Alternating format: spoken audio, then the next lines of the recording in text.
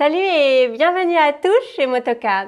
Choisir un casque de moto est beaucoup plus complexe que ce que l'on peut imaginer. C'est vrai, généralement, on sait le facteur décisif reste le prix, mais oui, il y a d'autres choses à prendre en compte, comme par exemple les matériaux utilisés, le processus de fabrication et les parties aussi qui forment le casque. Chez Motocard, on a donc décidé aujourd'hui de vous montrer l'intérieur d'un casque pour comprendre justement l'importance de cet équipement de moto. Restez très attentifs, ça promet d'être très intéressant.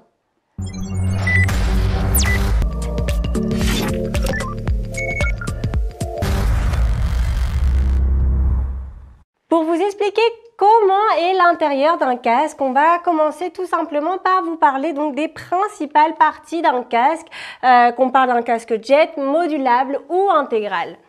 Les parties d'un casque. L'une des parties les plus importantes du casque, comme on peut l'imaginer, donc la calotte extérieure.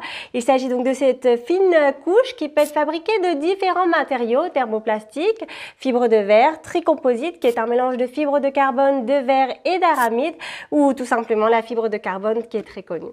Ici, on peut donc distinguer deux grandes familles. On a ceux qui sont fabriqués en thermoplastique et ceux en fibre.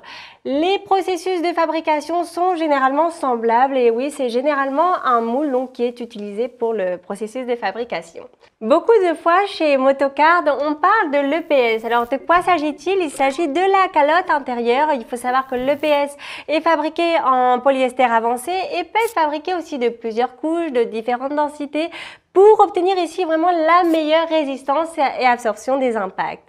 Dans l'EPS, il faut savoir qu'on trouve aussi les conduits de ventilation, des entrées et des sorties d'air, qui nous permettra ici une bonne circulation de l'air à l'intérieur du casque, quelque chose de très important. Généralement, il faut savoir que les entrées d'air sont ajustables, à part sur les casques haut de gamme conçus pour la piste, ce qui est normal puisque pour ce type de casque, une circulation maximale de l'air est toujours recherchée. Le système de ventilation est normalement donc composé d'entrées d'air frontales ou supérieures et les extracteurs d'air donc sur la partie arrière, quelque chose donc de très appréciable pour les jours les plus chauds. Passons maintenant à l'écran, ce qui nous protège donc logiquement des yeux, des éléments externes comme par exemple des insectes, des rayons UV, etc.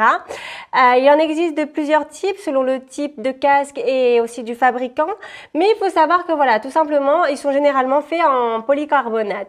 L'importance ici de cette partie vraiment fondamentale du casque est la protection contre les rayons ultraviolets et le traitement anti-rayures et le système aussi d'extraction sans outils.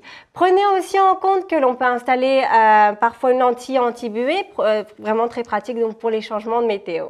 Pour finir, il y a quelques casques, il faut savoir, qui comptent un écran solaire intégré comme celui-ci, quelque chose de très pratique, notamment pour les usagers touring. Si l'on tourne le casque et que l'on regarde à l'intérieur, on trouve donc les rembourrages et les mousses. Elles sont conçues ici pour offrir donc un maximum de confort, le confort vraiment maximal et le meilleur ajustement possible. Généralement, les rembourrages sont fabriqués avec des matériaux donc respirables, aidant à l'évacuation de la transpiration. En plus, il faut savoir que quelques-uns sont faits donc sans couture pour être vraiment les plus confortables possibles. L'important ici est de vérifier que ces rembourrages sont amovibles donc pour les nettoyer et savoir aussi s'ils comptent ou non un système donc d'extraction d'urgence.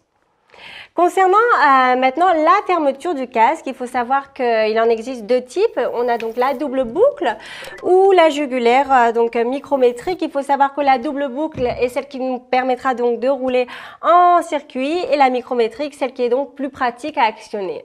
Prenez en compte aussi qu'un casque nécessite un entretien périodique pour que toutes les parties vraiment répondent aux normes de sécurité et à leurs fonctions.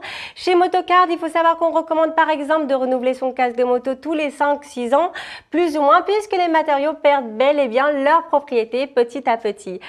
Comme toujours, on vous laissera donc le lien de ce produit juste en dessous au niveau de la description. Et si vous avez aimé la vidéo, vous savez ce qu'il vous reste à faire, non? Sachez qu'un bon like et à vous souscrire à cette chaîne nous aidera énormément à l'évolution de Motocard France. À très bientôt pour les prochaines vidéos. Ciao!